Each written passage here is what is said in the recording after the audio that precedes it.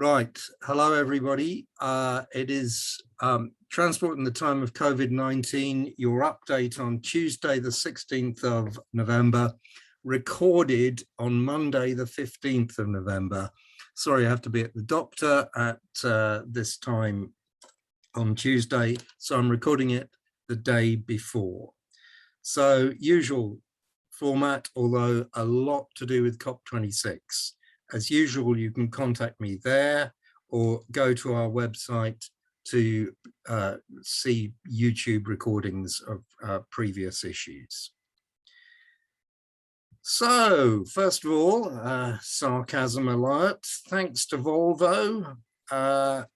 Volvo now comes with a speed limit of 180 kph.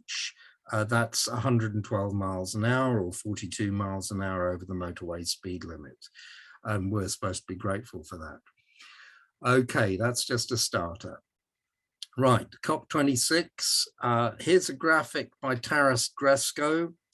Road transport of these emissions here. And as you can see, they've been growing steadily up to the last year of 2019. Of course, last year would have been different because of COVID. So there we have it, and we can see that it's mainly road transport that we have to look at, and that's terribly important for greenhouse gas emission reduction. Something else, another graphic. The big emission cuts are still needed to limit warming to 1.5 degrees C. The pledges before were at that level, the pledges were at that level, and this is where we need to be by 2030. And here's what they produced on Twitter from COP26 saying it's Transport Day. We need to speed up our move to zero emission vehicles. But did they include the zero emission vehicle of the bicycle? Well, we don't think that that has been happening. 1,000 people plus went on the Cycling UK march at COP26. There they are in Glasgow. A good number got out there on their bikes to call for more pushing for active travel, in particular cycling, on the Transport Day at COP26. There was, as I noted a couple of weeks, noted before, a COP26 cycling forum, but as Carlton Reid, who's going to be with you today, Tuesday the 16th, will tell you, this was a long way, both geographically and in terms of policy, from what was happening on the main stages. Here's an interesting article for you. How much CO2 can be saved by walking, cycling and e-biking in towns and cities? That's going to be an important reference for you. Sorry, I'm dodging around a bit because a lot of stuff has come out from COP26. Here's a bit of subvertising in Glasgow. Blah, blah, blah about cars. And in order to get a push for cycling, a joint letter on the importance of cycling was sent by 300 signatories organized by the European Cyclist Federation. Do go to that link to see what was written. And here are some things to read. A nice little article by Ben Knowles, who runs Pedal Me app. I'm repeating this from Leo Murray about going back to what the Tories did in the budget, what the government has done in the budget and the comprehensive spending review. Don't forget that has to be looked at in the context of COP26 and where we are now. There's a short video by Carlton on what happened on transport at COP26. Do have a look at it. An interesting short article here on why global transport is so hard to decarbonize. I think this has to be your short must read on what actually did happen at COP26 by Damien Carrington. And here's a slightly more optimistic view from Christiana Figueres, but not saying things which actually contradict Damien that much. And here's a bit of a video about a little protest. I'm repeating this blog from Roger Geffen. It goes back to the Comprehensive Spending Review and the budget, but it's all about greenhouse gas emissions being reduced, and cycling's part of that. And I mentioned this a couple of weeks ago, and it's about the government still nominally pushing for levels of cycling and walking to go up in urban areas, and how that's the opposite of them building roads and cutting the cost of motoring. But we've still got those targets there, despite what happened with the fuel duty accelerator being cancelled again and the roads building program being apparently intact. Again, re-mention these articles. That's a fairly mainstream one on the need to change behavior. And the climate crisis chief is the guy who runs the Committee on Climate Change. And there's a target of 4% cut in kilometers driven by driver by 2035. Another article for you to read on greenhouse gas emissions. This is from Christian Brand in Oxford. And tackling the climate and air pollution requires curbing all motorized transport, particularly private cars, as quickly as possible. Focusing slowly on electric vehicles is slowing down the race to zero emissions. So that's an important article for you to read, also quite short. So was it all just about electric vehicles and tech solving things? Well, here's the article you've got to read by Carlton. And he does mention what happened at the last minute. Thanks to the guy from the European Union, there is a sentence, one sentence on active travel and public transport. And that is, we recognize that alongside the shift to zero emission vehicles, a sustainable future for road transport will require wider system transformation, including support for active travel, public and shared transport. That's the last minute addition. So Carlton says, and he draws upon the fact that it was all very much about representatives of fossil fuel companies and motor vehicle companies coming along and saying things like the General Motors person saying everybody being able to enjoy the benefits of e-cars. Well, if that happens across the planet, you're going to have far, far more cars than we have now. And that will mean there's no possibility of getting any meaningful cuts. In fact, it would probably, with the infrastructure involved, required for Africa and India to get to the levels of car ownership and use that we have in Europe, would mean more greenhouse gas emissions, even if all the vehicles were electric. That's what the Volvo CEO says. And the Ford executive wanted incentives, i.e. tax incentives or more taxpayers' money going to them to make people buy their EVs. It's all on the Spokesman podcast. And I know you're going to be listening to Carlton later this evening, but do have a listen to that. So here we go. Here is the declaration that was made after the Transport Day. You've got this all about getting electric vehicles really as the only vehicles being made from 2035. And what that means is we're going to have internal combustion engines in the fleets well into the 2040s.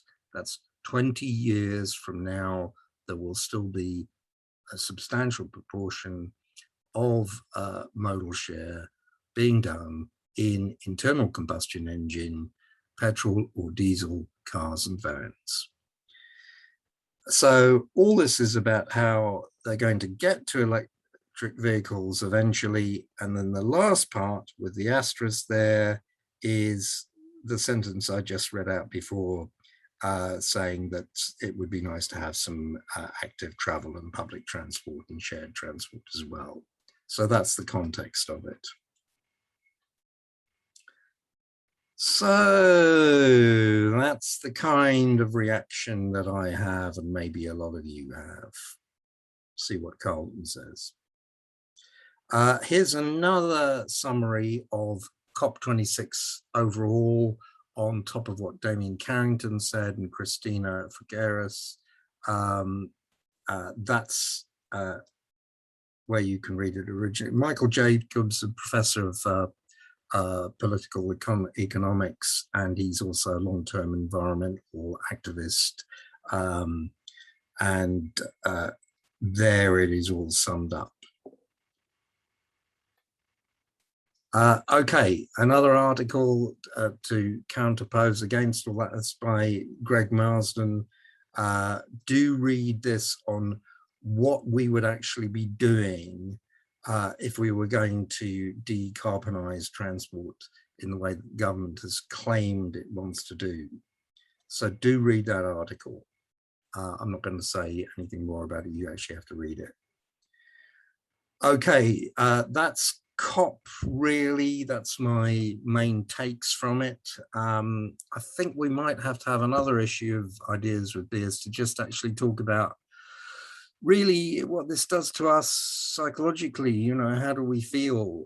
We've still got a window in which we can push for active travel in urban areas, but the push for cars is still pretty obvious. So anyway, I'll leave that with you and the team. That's really the main things I have to say about COP26. The long battle for road justice. I've been talking about the work that Roger Geffin's been doing for Cycling UK in the House of Lords. There was a debate which just ended on today, Monday the 15th. You can listen to it there. Do read Roger's blog on where we are at the moment, that's that. Another article, 100 million car and taxi trips in city regions could be replaced by e-bikes, report by the Urban Transport Group. Do have a look at that. So this is the equalities page. For those who really value freedom, the vehicle of choice is the bicycle, not the car. So there's some women defying convention and having a good time sometime early in the last century. Okay, reading list. Some new things for you. Yeah, I've got to repeat again Will Self's nice point of view on cars, 10 minutes you might want to listen to. An article by George Monbiot there. Oh yes, the easing of zebra crossing rules. So Brian will probably want to tell you something about that. I'm going to have another little mention of that a bit later. A nice article by Gary Fuller, the air quality guy. And from today, Monday, major European car makers will hit emissions targets too easily. The targets are too low. So do have a look at that. Some more reading. The Road Collision Investigation Branch consultation on, yes, there's a webinar on Friday. Unfortunately, I can't go to. The Mercedes-Benz road safety product can now identify neuralgic points that pose a risk to vulnerable road users. I'm not sure if that's going to take us any further forward from the TfL dashboard on crashes, but you may want to go to that to find out what he's got to say. Right, round up from the UK and London. Okay, this is the Minister, Chris Heaton-Harris, on the 4th of November, saying the department's publication Gear Change could be described as a manifesto for cycling, refers to mini Hollands. Expressions of interest have been received for more than 30 local authorities wishing to build them, including Nottinghamshire, that's his, where he's an MP. So they're clearly remarkably popular. We're working on a list in order to progress to the next stage, and we'll receive a feasibility study in the next financial year. I'm a bit worried about that. Well, what is the feasibility study? Is it on the ones they shortlist? So I'm a bit unclear about that. Maybe Mark or Phil or someone knows a bit more about that. But anyway, there've been expressions of interest from 30 local authorities in putting in mini Hollands. Transport for Greater Manchester, independent report showing putting zebra markings on side roads increases the chances of vehicles giving way to people on foot by 65%. So Brian's probably pretty happy. Okay, Brighton. Now, a couple of interesting bits of news here. Brighton, first of all.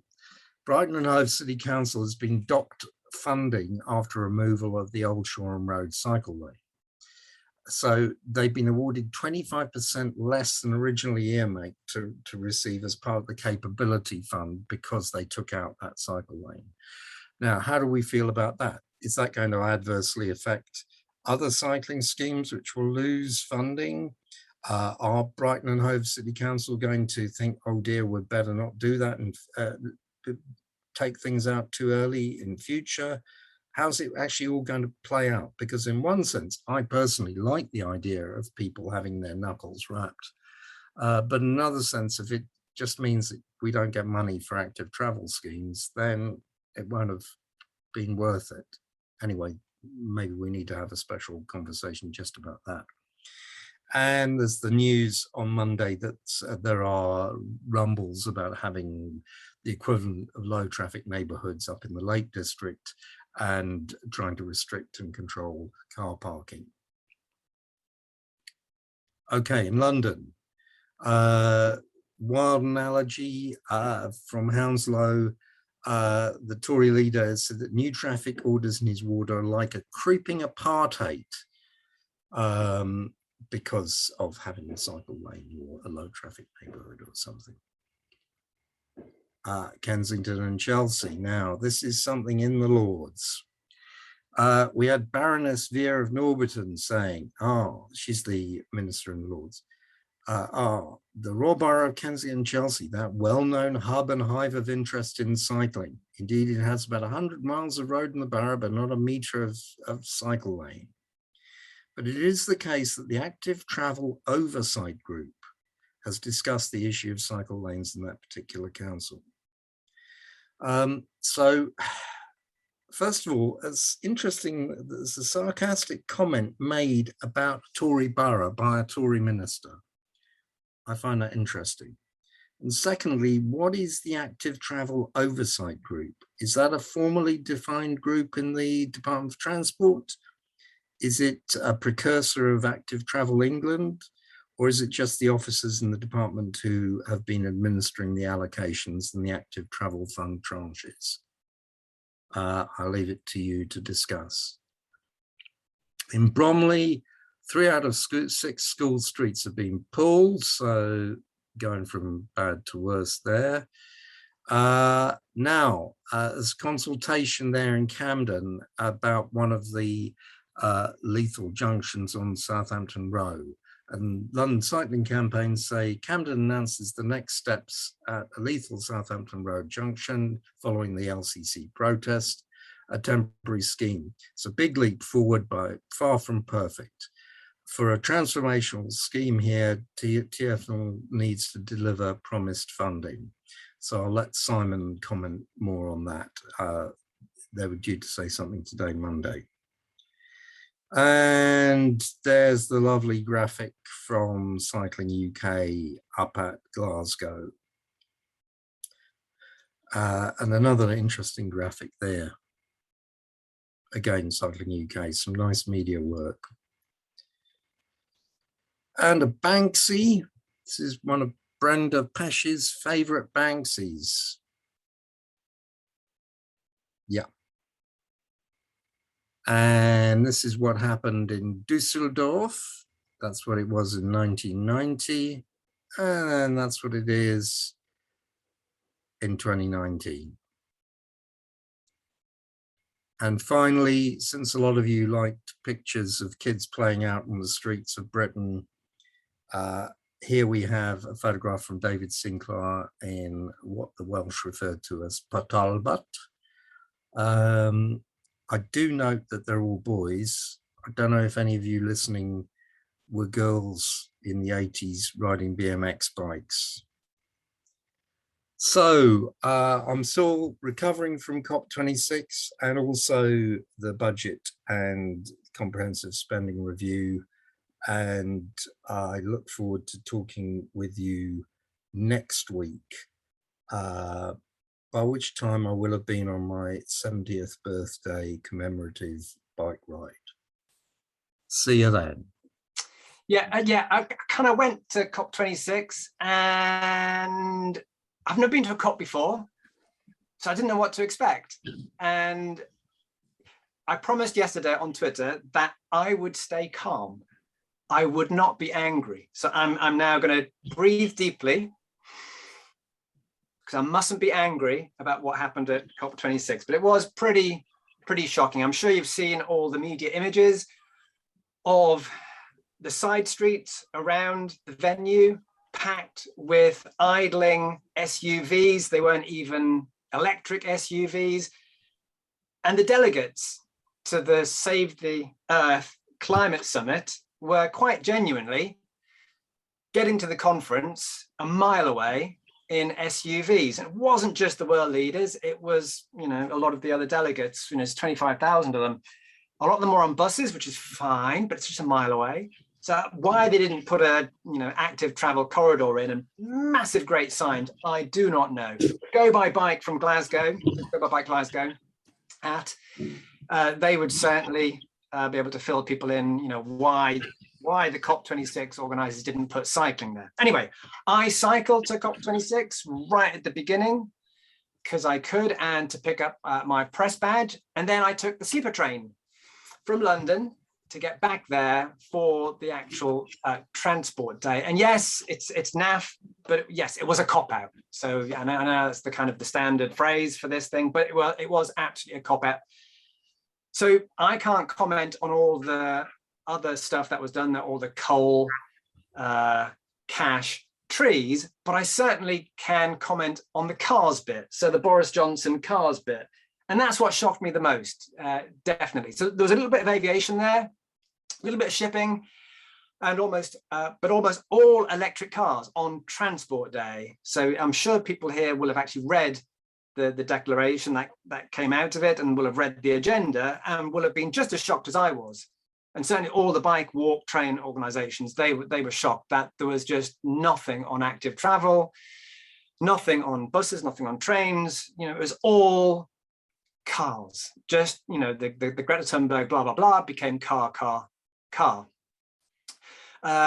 So there was a news story about the 500 or so fossil fuel lobbyists, if you saw that in The Guardian. I think it appeared in quite a few other places as well, and they were found to be at the summit.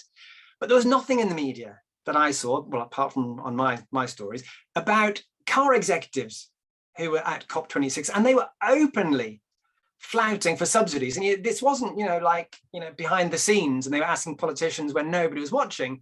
They were asking for subsidies right there in the open with the TV cameras on them. They were asking for infrastructure. They were asking for charging points. Did governments, install all these petrol stations around? No, they didn't. But why are we meant to be installing electric car charging points? It's quite staggering. So if that's what car executives are doing in the full view, of publicity. What on earth are they doing behind the scenes? Because this is quite staggering. So I am going to quote to you, just in case you haven't seen any of the things that I posted last night when I was getting angry. So this is Kristen Seaman of General Motors. She told delegates, "We see a world of all electric where everyone can be a part of it and everyone can enjoy the benefit of an electric vehicle." Everyone, Kristen?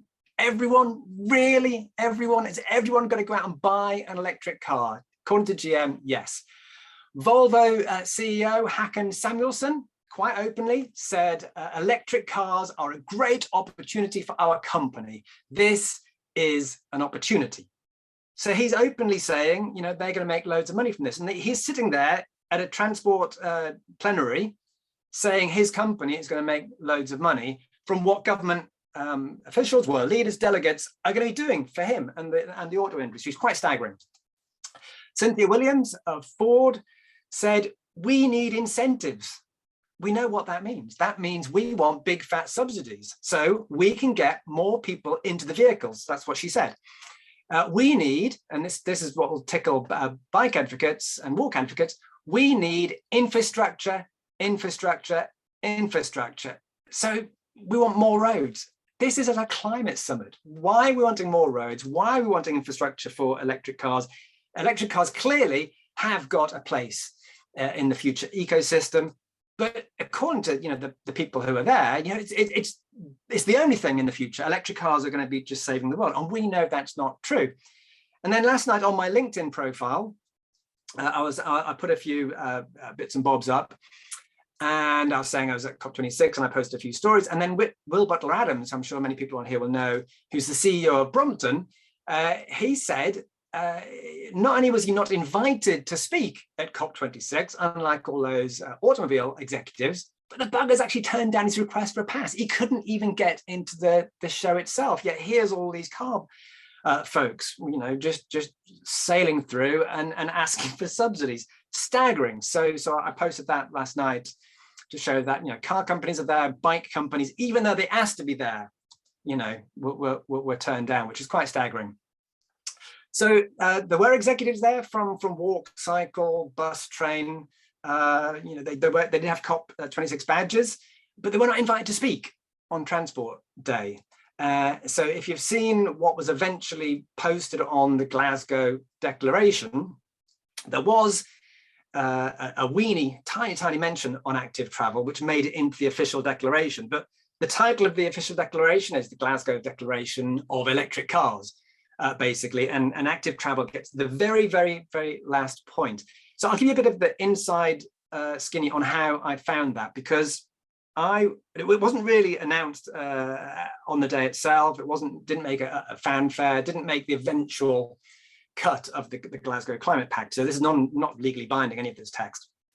But the declaration, the Glasgow Declaration, which is basically all about these electric cars with this active travel bit, we didn't know that the active travel bit had been placed in. So I did this story on Forbes where I talked about all these, Chris Boardman, UITP, Public Transit Organization, all the cycle advocates, European Cyclist Federation, etc. All these executives were saying electric cars aren't the future. So I did that story.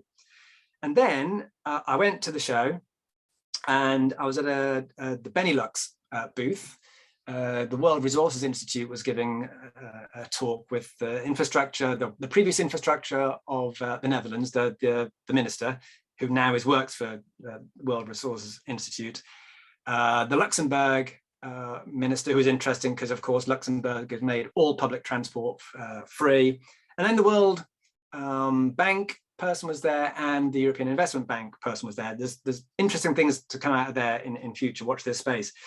But also there was Matthew Baldwin. So many people on here will know who Matthew Baldwin is. So Matthew goes to lots and lots of Velo cities. He's an EU official. He's actually deputy director of the European Commission, something like that. He also works for the EU. So he's an Englishman, incredibly on message on walking and on cycling. So in the transport plenary, they had actually invited him. And he gave a talk, and he made his plea that we must have walking and cycling, we mustn't just have electric cars. And when I was talking to Matthew on this on the Benelux booth, he didn't know that his contribution the previous day had actually had a result. So I kind of did a bunch of Googling, found the actual statement, and then told him, look, it appears as though you've had this effect. And then I wrote the story to that effect. Actually digging down, I think they actually published the declaration on the same day. I don't think there was anything scribbled in at the end. So perhaps I've got that bit wrong. It's hard to actually find out. But either way, the public transit and active travel part of the Glasgow Declaration is incredibly weak, clearly an afterthought. No matter how and when it got onto that document, it's clearly an afterthought because it's got nothing to do with the rest of the document. It's clearly all about electric cars, screeds and screeds about electric cars, and then this one little weeny thing at the end. So that's quite bad. And why it's bad is because it's COP, it's the climate summit. You would think that the climate summit would be pretty strong on things that would genuinely be good for the climate. So walking, cycling, and buses, and it just wasn't there. So it was bad. So that was pathetic. So I think we do have a hill to climb. And as advocates, if we can't get, in effect, a country with a prime minister who's a transport cyclist, famously, if we can't get onto the official agenda at COP26 when we hold the presidency, when are we going to get on?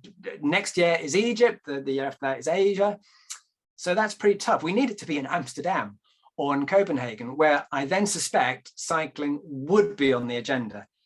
But that's my background to COP26. Shout out to Go by Bike in Glasgow. They did a fantastic job of raising the profile of cycling outside the venue on Transport Day, ringing the bells, got into the media, fantastic. Jill Warren of the European Cyclist Federation got into the media loads. She was fantastic. She was on Sky News when I was in COP26. Living Streets were walking, of course, as you'd expect them to be, walking the halls at COP26, doing good stuff. Walk 21, ditto, Bronwyn Thornton. So interestingly, and European, Henk Swarto was European Cyclist Federation, also there. I didn't see anybody from Cycling UK, but they're not actually members, are they, of European Cyclist Federation, shockingly. They need to become them. But then also UITP. So the UITP are the organization for public transport around the world, been going for an awfully long time.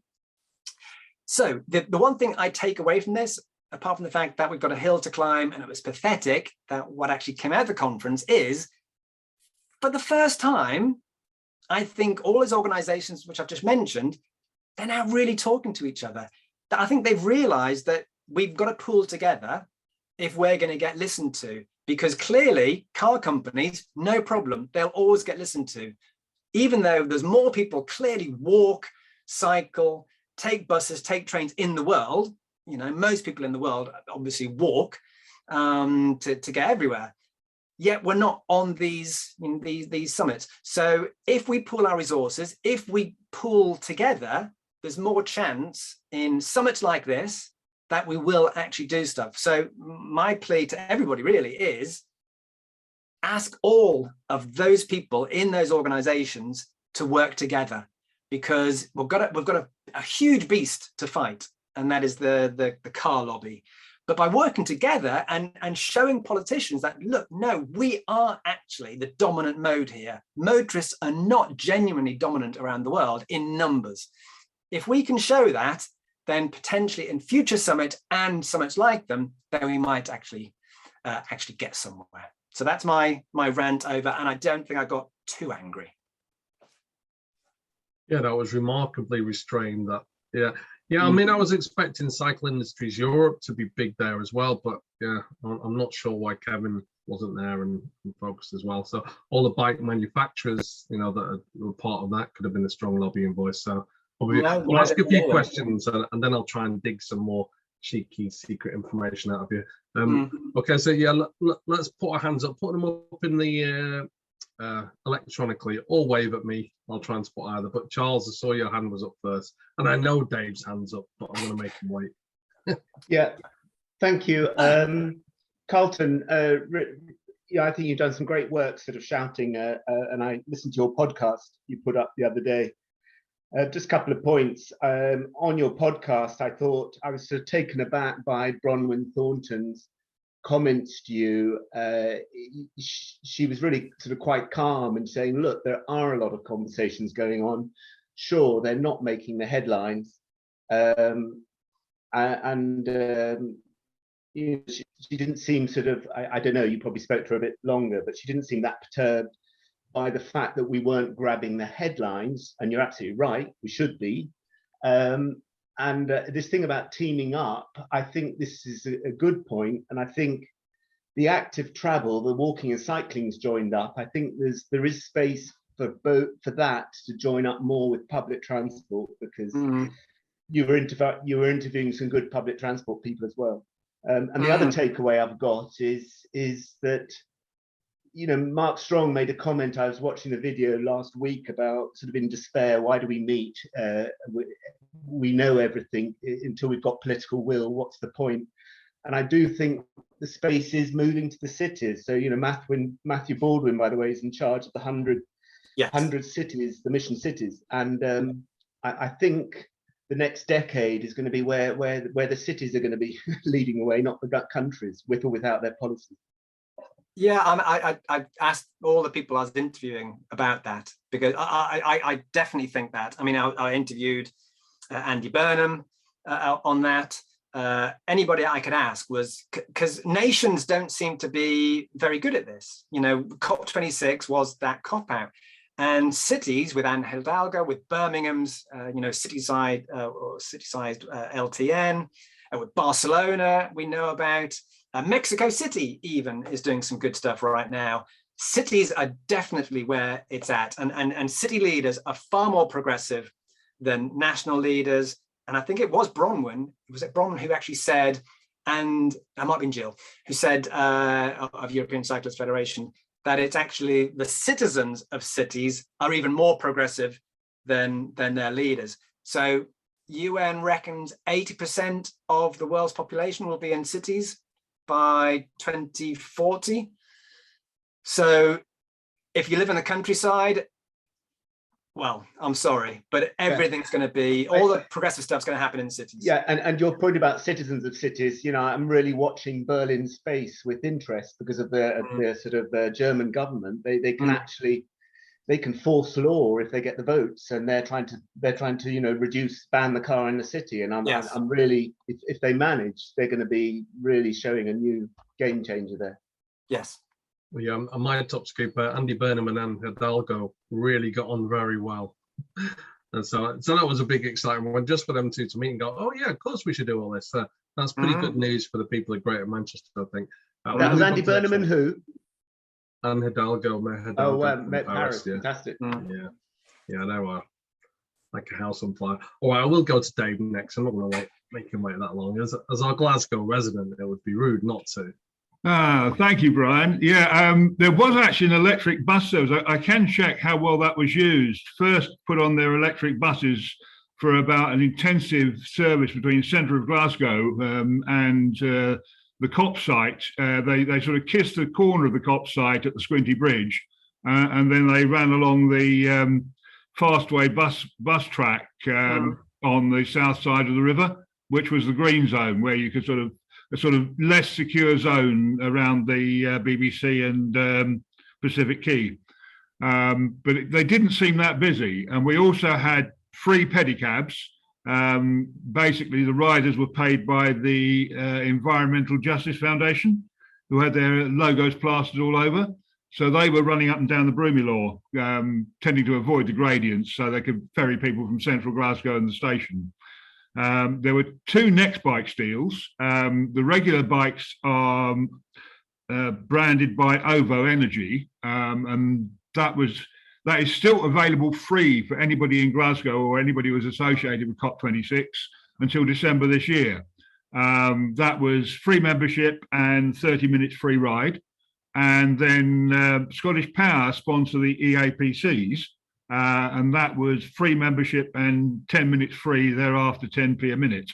So they were they're even more popular. And Nextbike brought in an extra 100 bikes to Glasgow. The Nextbike system is such that you can just dump extra bikes in. A thought for anybody running Nextbike is that they do this in Leipzig for an arts festival. They put 500 extra bikes out on the street just for the arts festival, such as the way the system works. I particularly revelled in cycling up and down Finniston Street whenever I could. That's where the main turnstiles were to get in. Motor traffic was banned. The Nuffield gym was just shut for the month. Several offices on Finniston Street had to shut for the month. And I don't know whether they're getting... David, have you got a question for Carlton? Just like, it's all good stuff. Well, Carlton, did you sample much of the alternative? Did you use Nextbike and the pedicabs? I used everything apart from the pedicabs. So I got on the bus, I got on the train. I obviously used the bikes. I used the bikes all the time, which is great. So thank you, Nextbike, for that. That was dead good. Now owned by TM Mobility, of course. Yeah, I used to, the weird thing about the train, I didn't remark on it at the time because I didn't want to upset Mohammed, my new friend at the UITP. But the train, if you actually, I almost want to do it again, because I would like to do a step count and work out, because the amount of steps you did from the center of the station to eventually where they took you all around the serpentine route to get to the COP, you probably walked about the same distance physically getting the train as you would have done walking just from the center of town to COP anyway. It was this huge route. And it was like, why am I getting a train here? I did it just because I wanted to use every form of transport I possibly could. But no, Dave, I did not use a pedicab. Yeah, the train is interesting. There is just one 4-foot wide staircase. So I might pop up the video later on, but one 4-foot wide staircase to get out the station. And when there's a major event on, now that we have 3 venues there, you've got a mini Ibrox potential with people crushing and falling on this staircase when 600 people try and get out the station. All right, Dave, I'm going to move on to someone else now. Just to finish. Say a good one, Dave, we'll move on. Carlton's Walk, it's a ½ kilometre, and it's known as the Red Worm. It's akin to the Red Bridge at Cambridge. It's like a greenhouse. It had a cosmetic makeover for COP26, and it's in a tatty state, and it's not PSED compliant. The gradients are far too steep for wheelchairs. So it's a ½ kilometre and up a flight of stairs. I still call the station Finniston rather than Exhibition Centre, because it's an absolute fabrication. All right, Dave, let's get another few questions in there. Unpack that as you will, peeps. Oh yeah, there's someone who would totally know the face of, but has got a completely random selection of letters. FFN4379 PLQ. Yeah. Is that me? Is that me? That's you. Yes. Sorry, Claire Daly, South Trans. Sorry, I'm using a different phone. Agree with the points. Agree with the point made by the first speaker. Sorry for forgetting your name. Not Dave, the man before Dave. How do we, Carlton? How do we go about, uniting as a sector? And when I say a sector, I mean, one thing I've observed in Scotland is very often there's the divide between the walking organizations, the cycling organizations, and I mean, Sustrans is kind of in between walking and cycling. To be really, really honest, between ourselves, we don't talk to the bus organizations enough, and of course that's the missing piece of the jigsaw puzzle. The other thing I would offer from, and I'm sure a lot of us know this, that when it comes to carbon emissions from transport, it's the middle distance, the longer range journeys, more than the under 5 mile journeys, that you start to make the real carbon emissions gains. I mean, absolutely, the under 5 mile journeys, the under 8 kilometer journeys in active travel are hugely important.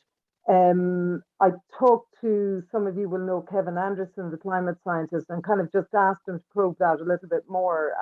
And he certainly, he said, the real game changer will be electric bikes, again, in terms of decarbonizing transport. But something, I mean, I've been moaning about electric vehicles and the focus, the EV nirvana, as I call it, for more than 2 years. And maybe I'm alone in not being surprised at the kind of putting EVs into the center of transport. It is still shocking, some of what Carlton has said, but I suppose my question is, how do we get a bloc that's as influential? Who else needs to be there? Do we need to be there with the kind of urban designers like Brian in transforming cities? How do we get a bloc and a really strong voice that kind of associates walking, cycling, active travel, 20-minute neighborhoods, public transport with the kind of fast track to decarbonising transport? Because we're going to have these battles over the EV charging points, the drain that, as we all know, that EVs will put on the grid.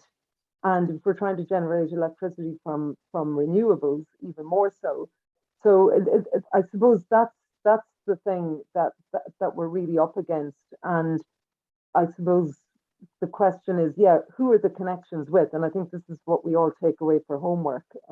But, I'm certainly keen to make connections. And I thought our Sustainable Transport Alliance little token slot on last thing on the afternoon of the Green Zone, there was actually some good conversations from that, but we were very much talking to ourselves.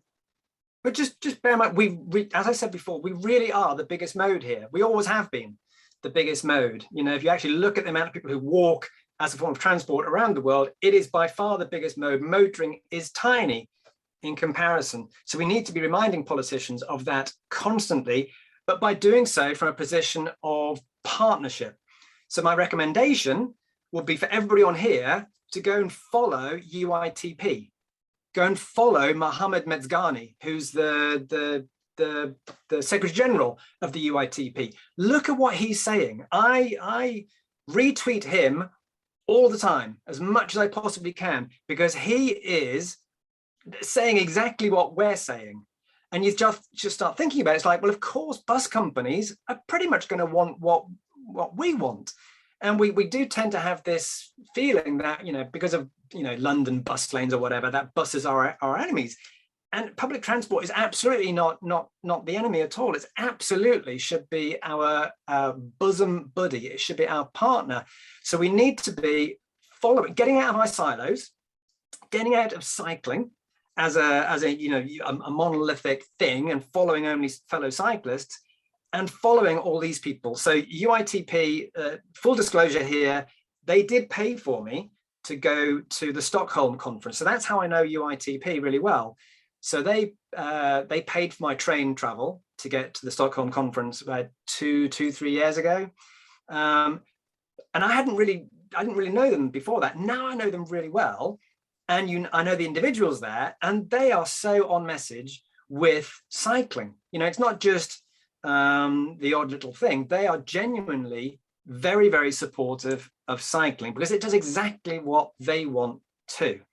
So follow UITP, obviously follow Bronwyn and Jill and Henk and all those people who are from cycling and walking and Living Streets. I'm sure everybody follows Living Streets, but we need to be talking and having a pool of experience away from just purely cycling. And if we actually join together with all those other organizations, then we are far bigger than the automotive lobby itself. Whether we'll get listened to is a bit more difficult, but when you can actually say to politicians, we are far bigger than motoring, they've got to sit up and take notice. So much more of that. I'd really like to see. Mohammed actually described it, if you look at him on the podcast, he called it the Green Alliance. So I would genuinely like those meetings that have now been made to be solidified and to have a genuine Green Alliance. And I was complaining before about Cycling UK because they are not members of the European Cyclist Federation for political, personal CEO reasons. About 4 or 5 years ago, that CEO has now left that organization. We know he's now working elsewhere in a similar field. So there's no reason why Cycling UK cannot rejoin the European Cyclist Federation. We need more joined up community stuff. So that will be everyone here to follow public transport people, and also our main organization here to come on, rejoin the ECF. That is just such a no-brainer. Yeah, good one. I'll just say, just on Claire's point before, bringing lots of good hands up, but on the surprise, but it was a surprise, I think, and particularly in light of the decarbonisation plan, the transport one, which really had quite a lot of mentions of walking and cycling and public transport, and that all seemed to be swept aside. So yeah, it was a shock to me, given the policy statements that are done, and you know, as Carlton said, with the Prime Minister being a known cyclist, it was weird to see him not cycling to that conference and all those kind of great PR ones that we were waiting for. that didn't happen. I'll bring in Ruth now. Ruth.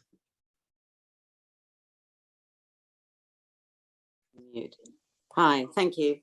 Well done, Carlton. I'd have been really angry, and I have been very angry, especially watching the debate about dangerous driving and hit and run, because I think that also shows how people who walk and cycle are so dismissed in the scheme of things. There are two questions. One is cheekily to ask how you're getting on with the historical A-road parallel cycle lanes, because as you know, I've got a vested interest in that one. But one of the things about when you go to Holland, and I will mention Holland again, is it's the rural cycling, which is so extraordinary. So people don't walk very much in the countryside, they cycle. And that's because there are phenomenal cycle routes. And we know that the Dutch drive more than we do, but actually also they cycle and they're fitter, and especially the 60 to 80-year-olds. So we need these historical A-road cycle routes because that's very key. I would like to know, was Andy Burford, is he called, who came from New York, who's now at London Transport, was he there? Because he's bus oriented. Was there any talk about modal mix at all? I mean, outside the car lobby, about, you know, bike train thing. And finally, I just want to take issue about we need to forget about cycling. The thing is, we need to normalize cycling. So it is just the thing that you do because it gets you that bit further when you can't walk so well. And we absolutely have to hammer home the kind of cycling that a lot of us do and know about, and make it the thing to go to. So it's not really just a question. That's quite a few questions. Burford, no, I didn't see him. I wouldn't know him anyway. So, but I try and look at people's badges, and I didn't see anybody like that. Nobody said that guy's there, you should go and interview him. So I didn't see him there. I didn't see many national or city orgs at all, really. It was the European ones, so the European Cyclist Federation. I suppose Living Streets were there. So I didn't see anybody from Cycling UK at all. On both, I can link both the Dutch rural cycle routes and the British 1930 cycleways, because that was a period in both the Netherlands and the UK where they were catering to cyclists more. So the Dutch, all these cycle routes that you see around the country, and they're all on the, somebody will tell me what is it Snell, the little mushrooms that you see in the countryside. There's a word for it. Somebody will know. There's a word for these little mushrooms, and they've got all the cycle routes on them, and they've been there since the 1920s, those little things, those little mushrooms, which are incredible. And that's because those cycleways have been there since the 1920s. So those cycleways that we love in rural Netherlands have been there an awfully long time. And obviously we were trying to ape them a little bit with the 1930s stuff. Which, yes, I will admit, has been on a little bit of a back burner. There was COP26 pretty much taken 2 weeks of my time for reporting and getting down there, and et cetera, et cetera. I am going to get back to it, Ruth, I do promise. I've got to do a report. So I've got a big report to do, which then compiles all the history stuff. And then that will get meshed with John Dales's bringing them up to a modern network. So he's got something like 12, 13 cities, regions that he's working with now, getting them interested. So we're working with the willing. We're going with those cities that would like to bring their 1930 cycleways up to date.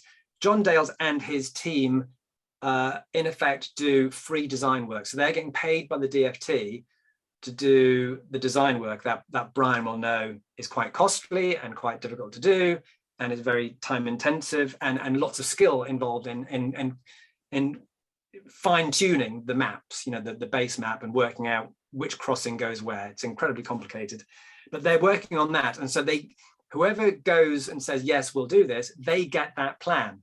So I've seen a few of them, like the one up in my neck of the woods, like Blythe and Whitley Bay. There's a fantastic, really granular PDF. It's like 20 odd pages, just high resolution mapping of this is what we could, if we wanted to improve this, widen this, make that bit there, all of which would be taking 1930s infrastructure and meshing it into the modern network by doing modern things. So 12, 13 cities have got that coming. And I would say about probably 7, 8, 9 of them are probably going to go with it. It then boils down to, well, there's your very, very expensive design work. What do you then do with that? So again, there'll be people on here with much more expertise, like Mark, etc., and Brian, who can say what you could do with this. But it's basically putting it into your local transport plans, probably funding it with LC WIP stuff, if you can mesh it together with that, even though that's already allotted. But some of it you can actually allot to this particular project. Or in some cases, some cities are thinking, well, we could probably go back to the DFT and say to them, look, we've got this brand new thing. It's revamping these things. DFT were involved in this project. How about we get a few million quid for doing that bit? So there's potential there as well. So all of that we're hoping to get done before Christmas, Ruth. So in touch wood, even though I've got a glass desk, it's before Christmas when both those reports are pulled together. Thank you very much. Yeah, and Amy's all over that. I've been doing the signal junction design because that's the kind of boring person I am. But all right, we'll get another couple of questions in because we haven't got a second speaker, but I definitely want to let Mark and Alex have a go. So Mark, come on in. Oh, Mark, can't hear you, mate. First time I've ever said that.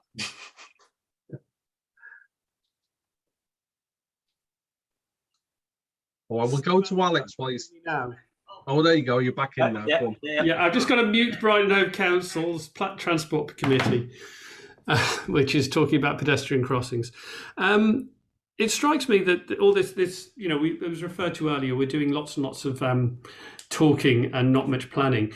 New York's got a thing called Transportation Alternatives, which is a combined group for walking, cycling and transit. And maybe that's the way we should be. And that is the body, that is the campaign body. So maybe, I don't know what Carlton would think, but maybe that's the way forward here, is that we should, rather than having the separate groups, we should formally combine them all. I've just got the local bus watch group from Brighton, however, and it basically says all this stuff about walking and cycling, we should stop doing this. People should be getting buses for 1 or 2 stops. They shouldn't be walking or cycling. We need them to get buses, 1 stop, because that's the only way to get buses sustainable. So, you can't always rely on allies in other organisations, but in New York, that argument is had internally rather than externally. It's thrashed out, and then they come up with an issue. One of the problems in New York, of course, is that even in New York, that transit is about the level of cycling is in the UK, so it's not very high, and it's probably the most transit orientated place in the States. But it does mean that there is one voice on this Sustainable Transport Alliance, and maybe that's the way forward. I did notice, Carlton, that Cycling UK wasn't members of that either, the Sustainable Transport Alliance. Oh, crikey. Yeah, so yeah, join more organisations is definitely right. Yeah, no, Mark, that's definitely Transportation Alternatives, definitely the organisation I turn to when I'm doing a story on anything in New York. They've got a very, very good 1970s bike boom background. So they sprang out of anti-car movement in the 1970s. So there was all these car shows happening in New York in the early 1970s. And there's a bunch of people, went there and started doing, in effect, Extinction Rebellion type events or Insulate Britain type events. and transportation alternatives grew out of that lobbying work. And then, yes, they coalesced. They basically started as bicycle advocates, and then they tagged on all these other things. I completely agree. That would be excellent. I do recognise that the problem you talked about there with a bus group locally will say this, just the same as like Tory MP will go off message and not say that LTNs are good, whereas the national government says it is good. So yeah, local ones are often very much more difficult to talk to. The national, just positively, at the European level, it does seem, and even the global level, it does seem we are now talking together. So all we've got to do then just build from that, and then just say, well, look, that bus organization, okay, that's what you're saying here. However, your overarching body, the UITP, and that's 2,000 companies and organizations, it's a big body, says this. So whatever you say locally, actually, this is the international considered opinion of the very, very respected organization. So hopefully, just as we all do, when we refer local councils who are anti-LTN and they happen to be Tory councils, we say, well, look what your national HQ is saying. So similar to that, I guess. Good one. Alex, come on in. Thanks, Brian. Thanks, Carlton. It's really, really nice to actually meet you here in Alex. this space. I just had a very, very quick question. It's similar to some of the points that one or two others have already made, really, and that was really just multimodal trips and whether there was anything that you saw in COP whilst you're in Glasgow where people were talking specifically about the idea of, multimodal journeys, because, it's clearly evident that there are other countries in Europe where the infrastructure has been built in such a way that it's quite easy to walk, for example, to get onto public transport or cycle straight into the middle of a train station. Is that something that you saw? And is that something, if we are going to talk about a coalition between public transport and active travel, is that something that we should be pushing for more of? And if so, how? Answer to your first point is there were lots of events. There were lots of events outside the COP that we're talking about. There were lots of events. I went to a couple.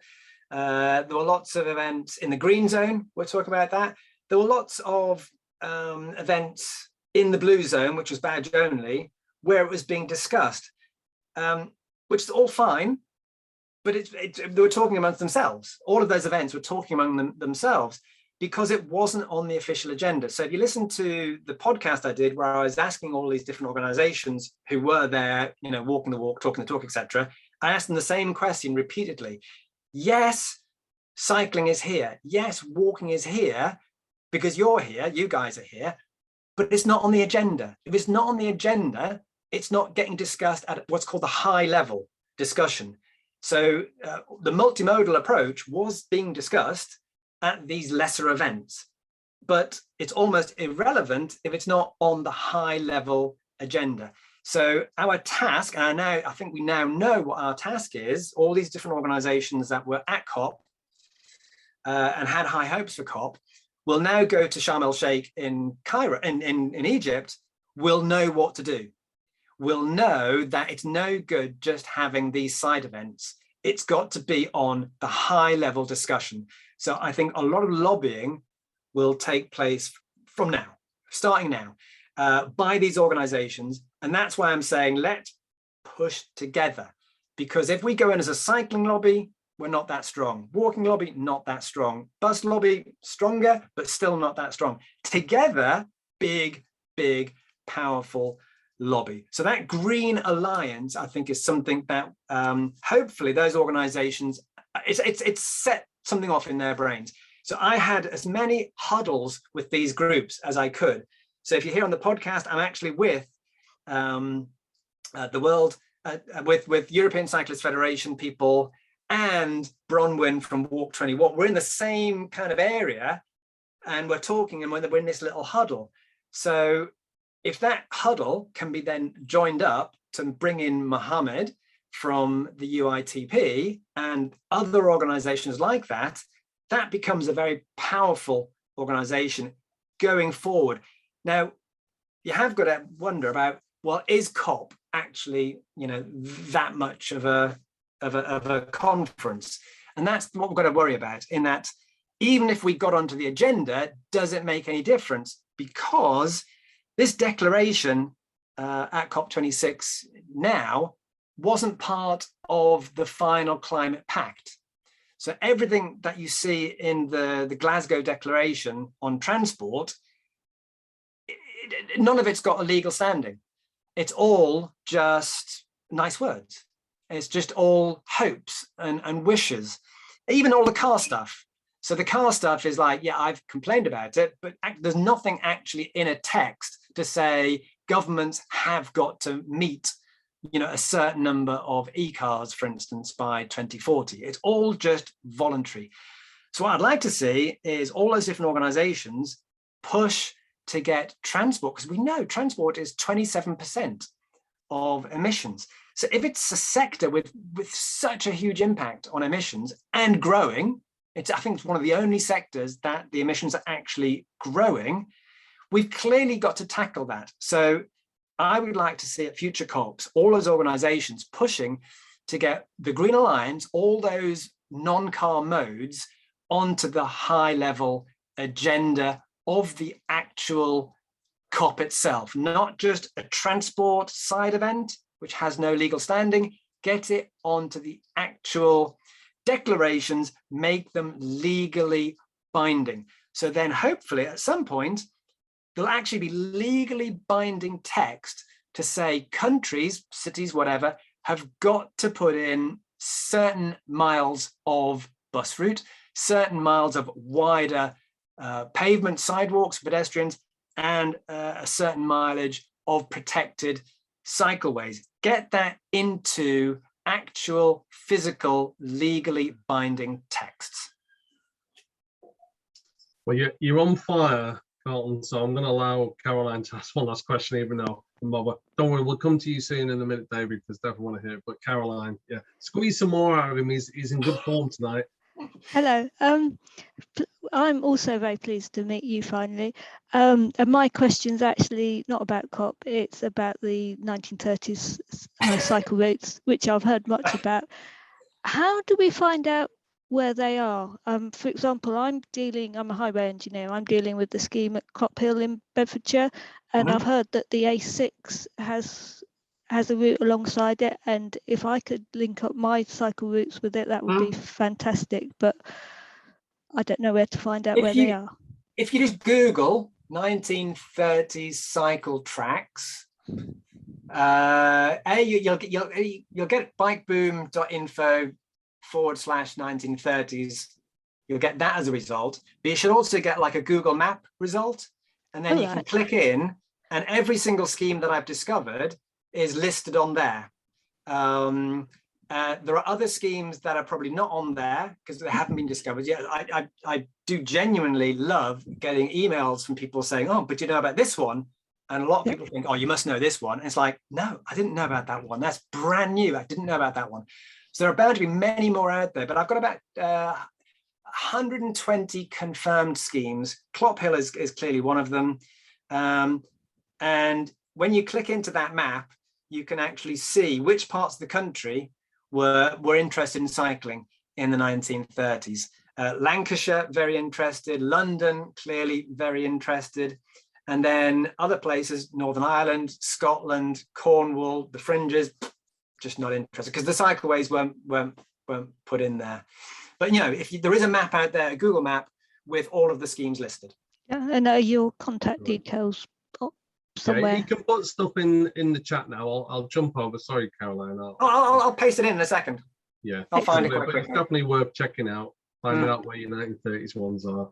Excellent, thank you. Cycleways. Brilliant. All right, let's move on to David Harrison then. David. Oh, hi. Now I can share my screen, I hope. Yeah, let's participant. Can I share that big green button? The magic should happen. Yeah, no, it says host disabled participant screen sharing. Try again now. Okay. I hope I'm not disabled. No, there we go. Oh, it's not come up here. Come Oh, on. there we go. We're in. There we go. We're in a slideshow. Right. Now, opportunity also to reflect on Carlton's fabulous rant. And I'd like to say, Carlton, I'm a great fan of your book, Roads Were Not Made for Cars. Thank you. To make things even worse, even in Islington and Hackney, EVs allowed to park for free, which is a terrible subsidy. And even worse, in Camden, EVs can drive down school streets. Can you imagine? It's just so outrageous. Carlton may be exploding at this point. Other reflections. So I'm David Harrison. I am Vice Chair of London Living Streets and co-founder of Footways. So what we have here is this, we produced a map funded by TfL of a walking network, but it's part of our vision for a post-car future, where all key destinations are linked by pedestrianised and cycling or low traffic routes. So we want the city to be seen not where the car is dominant and the pedestrians and cyclists are fitted in, but where pedestrians and cyclists are at the very heart, making a reality of the road hierarchy. Great supporters for this vision, I think, to add to what Carlton says, are one, developers, the people who are really, I think, successfully promoting a post-car future are people like Argent at King's Cross, Capco in Covent Garden, Shaftesbury in Soho and Monmouth Street. So these are natural allies. And the other ones who we're partnering with in the next reprint of the map are the railway stations. Network Rail now seem to have really got the idea that it's not just about accessibility in stations, but access to stations. So I'm delighted that they'll be distributing our maps from all their London mainline stations, which I think not only is great for us, but it also shows how they're changing their view. So it's interesting just how many allies there might be. But obviously in creating this vision for the future, as a historian, I've also been interested in the past. I won't go on about this. Obviously walking has a role to play in decarbonisation, given that it is such a big mode of transport. And in London, it's 40% of trips already, and so many of those trips could be walked, but that's briefly. So if we go right back to the medieval city, it is, I'm contemplating and making notes for a short history of walking. It's very crowded, and there are no pavements. This is from a wonderful book by Dorian Gerrold on London Bridge. And you see that it's really not an enjoyable walking experience, even though everybody is walking. But in the 17th century, as London moves outside and they build these whole loads and loads of squares, beginning in Covent Garden on the left in the first half of the 17th century, and then lots and lots more. I mean, London by 1700 probably has more squares than anywhere else in the world. And this one on the right is Hanover Square in the 1710s, 20s. And one of the characteristics as you spread out is it makes walking so much easier. And so it becomes something that can at last be enjoyable. And they start to create things for walkers. So you'll see in the picture on the left, you've got bollards, wonderful bollards, to make sure that there can be no pavement parking or no pavement driving. And you begin to get pavements, which you can see on the left. And the glorious thing is I went with Robert Huxford and Rob Cowan and my wife on a search for early paving. Now, early paving was not York stone, but Purbeck stone that was brought from the Isle of Purbeck by boat. And there you can see it in Lincoln's Inn Fields, in front of Newcastle House, which was itself a 17th century building. You also then, these people living in this is a development, Queen Anne's Gate, of about 1700, have moved out of the city. They want protection from coaches. They want a nice environment to live in, and they start to stop through traffic. So you can see a statue there next to the white car, statue of Queen Anne. This marks where there was a wall built across to make sure that anybody wanting to drive from Whitehall into Tothill Street and go westwards couldn't go through this residential development, but had to use the main road, which was Tothill Street. The wall itself was demolished, but the statue of Queen Anne reflects that. The huge and biggest developer of low traffic neighborhoods was the Bedford estate, but it was also later the Belgravia. So on the left, you have Bloomsbury Square from the 1660s. And for a very long time, this is where London in the Bloomsbury era ended. This the building at the end of the left-hand picture, Bedford House, was the home of the Dukes of Bedford. And for about 100 years, all they wanted was a fabulous view of Hampstead and Highgate, so they stopped all development. But then about 1770, the area was less fashionable, so they developed Bedford Square, which is interesting because we have the dimensions. It's the first place with very broad pavements, and they're paved with York stone, which must have been very expensive to bring down because on the whole, York stone only came in with the railways. And they've produced a total package. So there's a shopping street, several shopping streets. This is Woburn Walk here, lots of greenery. And I haven't got the picture, but there were houses of all kinds. So there was housing for the workers and housing for the grandees. And best of all, there was a whole set of low traffic neighborhoods.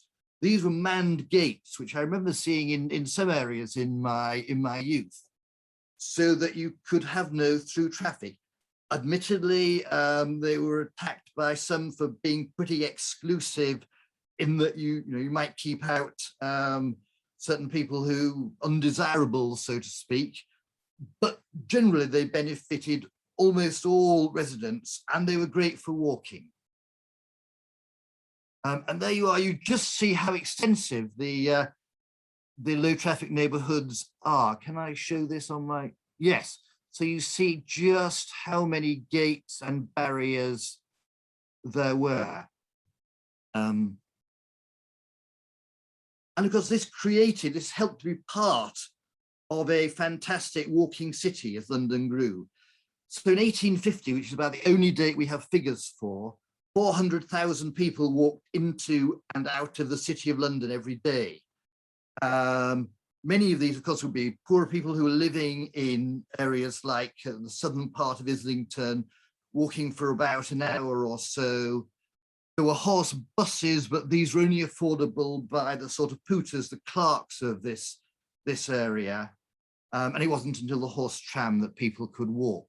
So you've got, by mid-Victorian times, this fantastic pedestrian city. And in the 1880s, there are 249 gates and barriers, concentrated in Bloomsbury, Marylebone, and Belgravia. Interesting, when the Belgravia Act of 1826 came in, Belgravia was created as the Queen moves to Buckingham, as the royal family moved to Buckingham Palace. The Act specifically gives them powers to erect gates to make low traffic neighborhoods. But over time, this becomes seen as being not progressive. And the cabbies led the way. Nothing ever changes in attacking these filters. The notorious case in 1874, where a cabbie got so cross that he couldn't drive down Gordon Street, that he assaulted the gatekeeper. The gatekeepers responded, and I'm afraid to say the cabbie died. Nothing of this kind has happened in the low traffic neighborhood wars so far in London, I'm pleased to say. Satirical magazines like Punch joined the campaign against the low traffic neighborhoods, and in particular, Lord Salisbury, the Tory Prime Minister, opposed it. And sorry, I got this horrible design for the screen. I don't know why, but what he's saying is how cross he is because he can't get to the Great Northern Station, which is King's Cross, and he's really angry with the people who originally set them up and maintained them.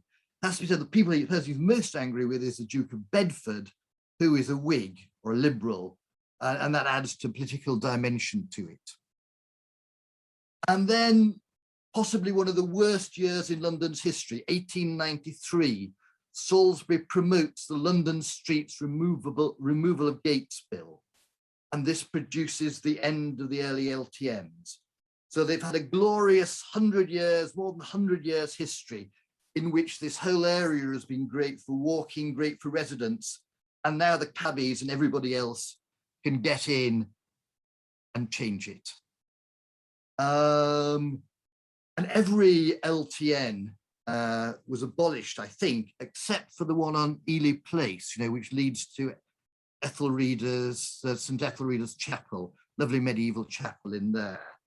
And just to say how awful the 1890s was, of course, this was the time when Oscar Wilde was notoriously prosecuted for his homosexuality.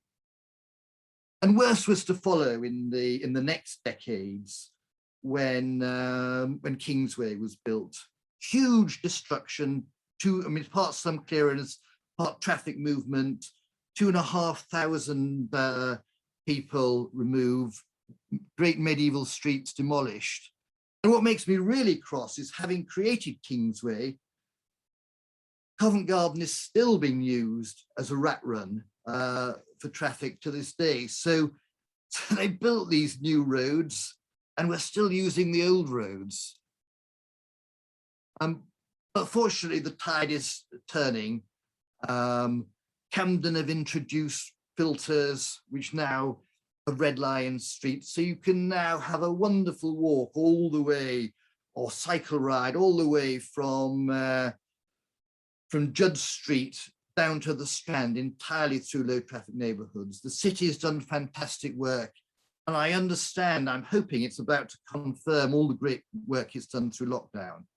So the tide is turning, and we just very much hope that we will, with our allies, as Carlton has said, be able to create London and elsewhere as a city in these parts of, we've got to move on to Westminster. They are doing the Strand, that is seen as primarily from a pedestrian and cycling perspective, in which motor vehicles are seen as not having prime of place.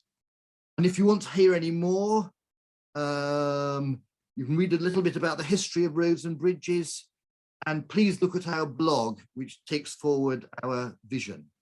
So Brian, thank you very much. And it's just, I think, really interesting to know that there was a time when we did have low traffic neighborhoods, and it's very interesting that the same people who are trying to undermine them now were undermining them in the 1890s. Thank you.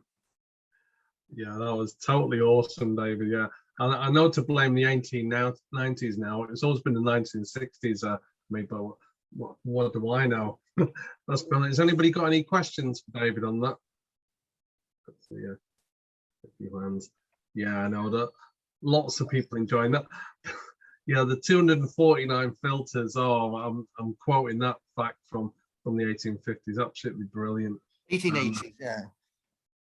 Oh yeah, sorry, yeah, get it right. Yeah, 1882. Yes, I wrote it down because I never forget it straight away. That's brilliant. I can see Dave's hand up. Dave, have you got a question? Yeah, David, in terms of designing pedestrian cities, Edinburgh's very interesting because the closes are about 30 to 40 metre spacing for a pedestrian city. In the old town, you can still see where they were, and they're still operating as staircases and bennels. Then you move to the new town. It was a town designed for carriages, and the street spacing was designed for carriages. And then you move to a motor city like Pavement City at East Kilbride, where the spacing is much greater for the block sizes. It's designed for cars, and there are no footways. Do you see that in the way these developments have gone? Can we chart that as well? Well, obviously, as the West End was developed, the people who are living in the posher houses were travelling by coaches quite often, but they also did quite a lot of walking. So walking becomes quite fashionable in the 18th century. You know, you have respectful people posh people using their carriages. They put them in muses rather than parking them on the street, but they also do a lot of walking. That's very interesting, because in Glasgow we have the rear lanes. Each major thoroughfare has got a back lane, and in Edinburgh's New Town you have Rose Street, Thistle Street, which were the service lanes. So all the deliveries, all the carriages and parking all went on at the back of the premises. I mean, is this a sort of design feature that we should be looking for? Which is absolutely fascinating, because I was brought up in Hull, and there that continued into the 1930s. So we lived in a suburban semi in Hull, in a semi in Hull, it wasn't suburban. And there was a 10-foot at the back where you access things, where you parked cars and things. And that's interesting, that muse idea continued right up till that time. Of course, as London expanded in places like where we live in Islington, there weren't muses built for each estate, as it sort of became more of a middle class development. And you'd probably, if you needed a carriage, you'd hire it rather than have your own.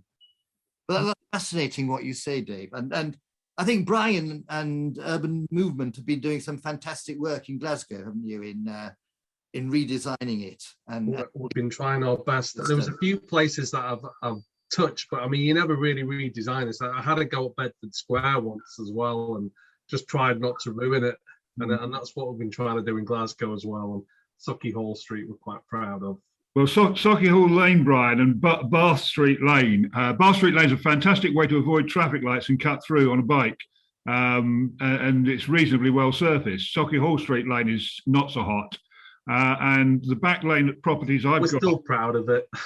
Well, one of the things we've done with the back lane that I've been working on with the local community group is to turn it into a green pavement. In other words, it only gets a bin lorry once a week and perhaps a couple of service vehicles.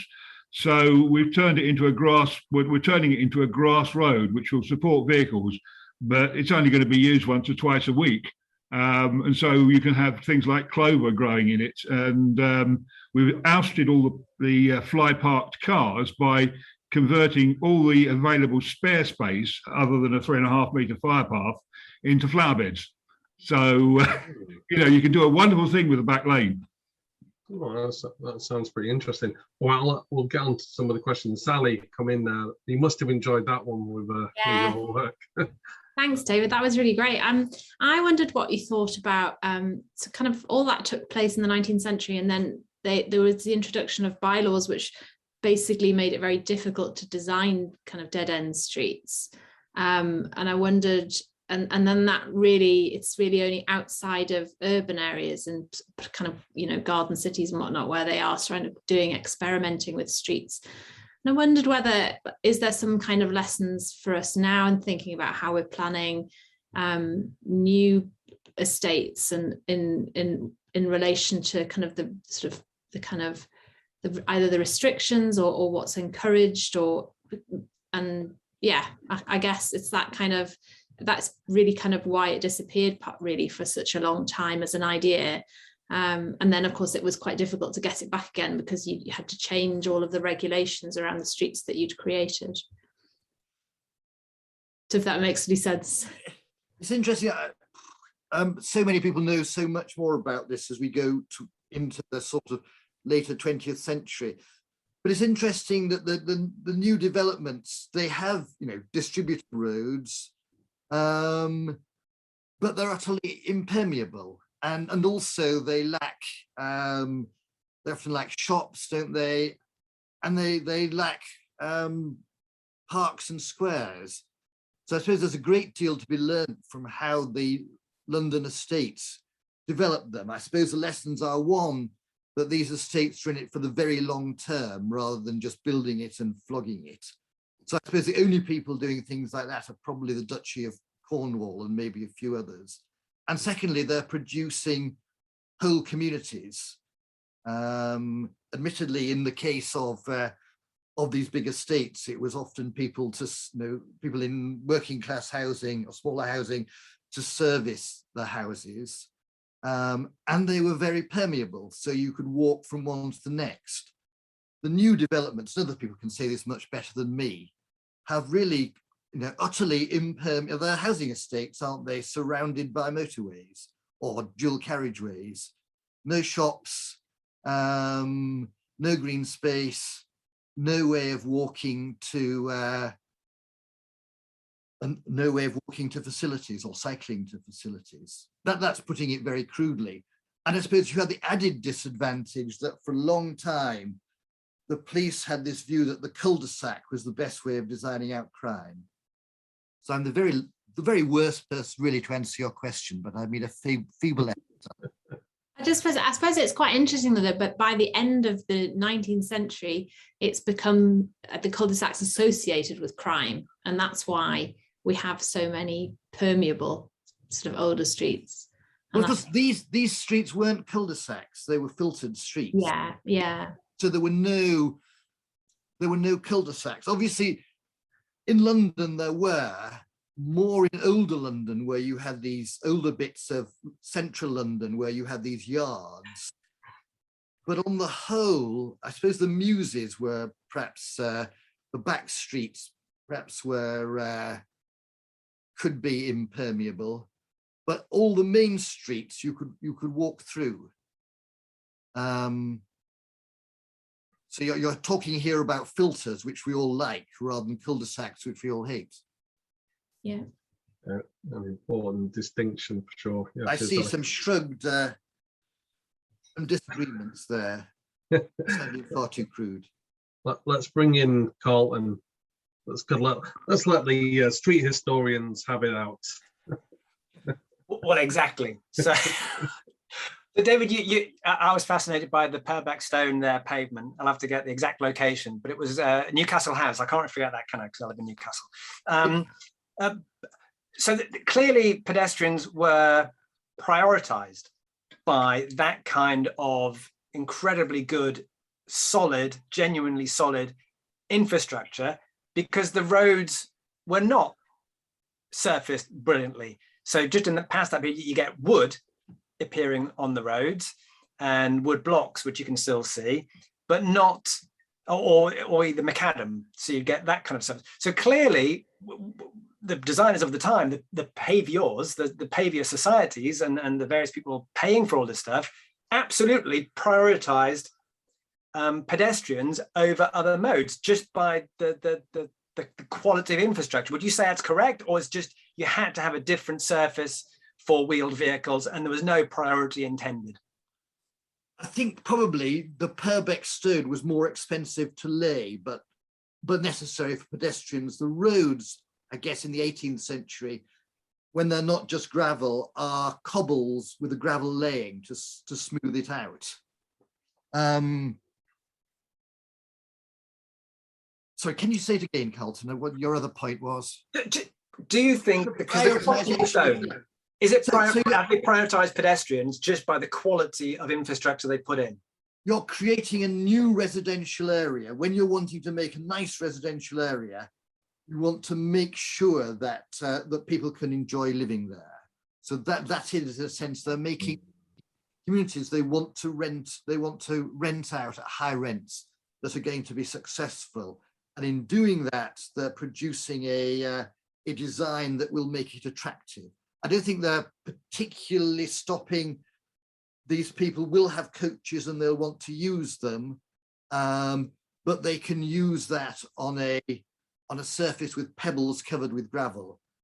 And they're trying to keep out the commercial traffic, or keep the commercial traffic to a few, what we might now call arterial roads. And of course, in 1750, they built the new road, which is now the Marylebone Euston City Road, for making sure that the traffic going to the city avoids the West End. The wooden paving, I think, comes in, doesn't it, quite late in the 19th century. I don't think in the 18th century. No. And what happens with the railways, I think, more often is that, I mean, they'd used granite for curbstones, and increasingly for the road surfaces on important roads. And with the coming of the railways, you can then start bringing in quite cheap granite, and you still see that on the in the muses, and sometimes as the tarmac disappears in bits of Clerkenwell and things. I think that's 19th century. You then have the problem with the noise of that. So in some places you have wooden surfaces, and you'll know that wonderful story about Sherlock Holmes, where he can't see anything, but he knows where he is because he can tell from the surface of the traffic. I made that up. That was, I wrote that. Oh, you made that up, Carlton. I posted that as a long blog. I made it sound as though it was genuinely from the era. No, it was me making it. Me. Fantastic. I was completely fooled. Excellent. Made my day. That is brilliant. So, well, I'm pleased your anger at COP26 has abated. It has. I'm going to search your materials now to see if you've quoted it. Fantastic. That's awesome. I'll bring in Ruth, and then we'll do a bit of double Ruth. The last word. Go on, Ruth. Hi. Yes, a couple of things, David. That was fascinating, always. And Sally brought up about crime in streets. Two areas that I know of, Finsbury Park and between the Goldhawk Road and the Uxbridge Road, they actually filtered and cut off the streets halfway to combat crime. Finsbury Park was for curb crawling, and Goldhawk Road, Shepherd's Bush was drugs. But David, I wanted to ask you, do you not find though that there's an extraordinary lack of wanting to walk any distance anymore? So in your day and my day as children, we walked a good half an hour to get to school because parents didn't have a car to drive us, and even if they did, they certainly weren't going to. Whereas nowadays, I even had someone talk to me about the child commute to school. Someone's just put, we haven't got time to walk, but we did all walk and we all got there on time. And actually we had a lot less time saving things because we didn't have automatic washing machines and we didn't have those things that you put milk in to heat it up that I haven't got anymore, so I can't remember the name. Do you know what I mean? So do you not find it right? And the statistics absolutely bear that out. I mean, and the interesting thing is how you get that to change. I think the low traffic neighborhoods are helping, and people are realizing actually that journeys they used to drive, they can now walk. And once people start doing it, actually they find it's really quite a nice thing to do. What we're pushing is the walk from the mainline station.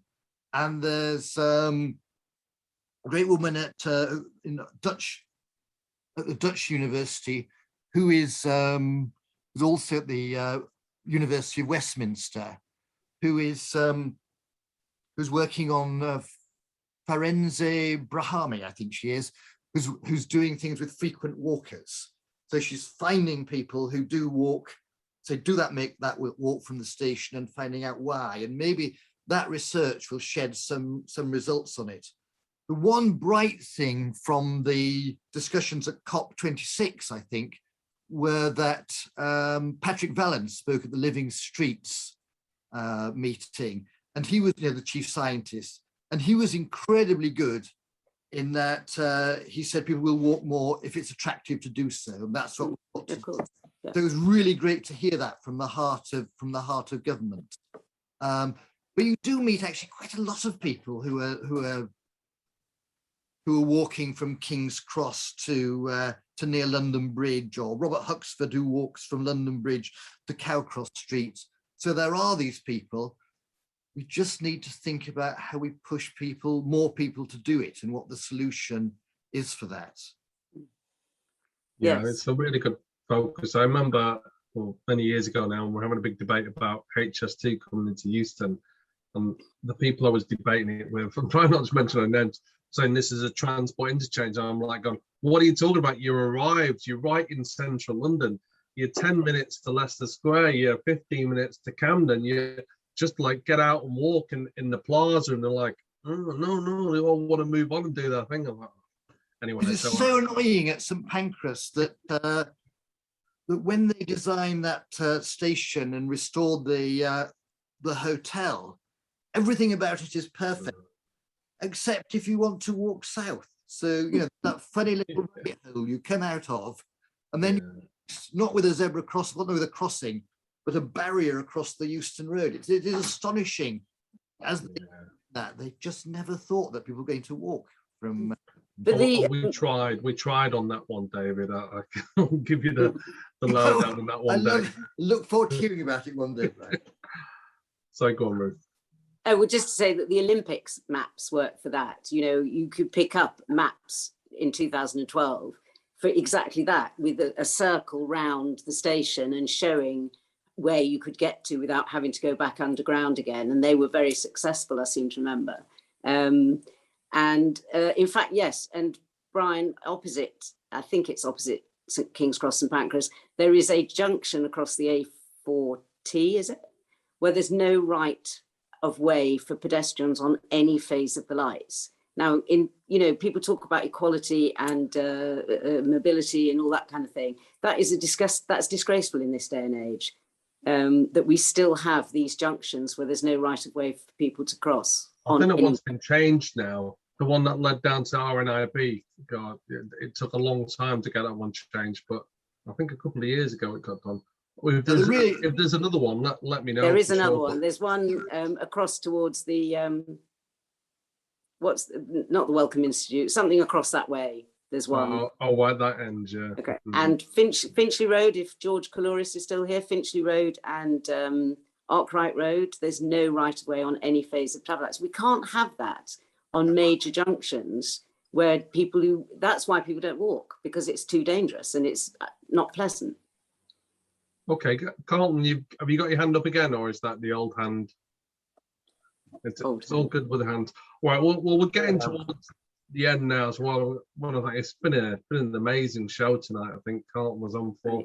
David, absolute legendary stats. It's always great to have a historical stat. And I used to start my talks in Manchester about Lord Trafford neighbourhood with the Lowry picture showing like a filtered neighbourhood, going, yeah, we just want to do this. Anyway, so it's great to have all the stats of that one. But I'll go over to Ruth now for the kind of last words, and then we'll all come back next week. But brilliant talks to everyone.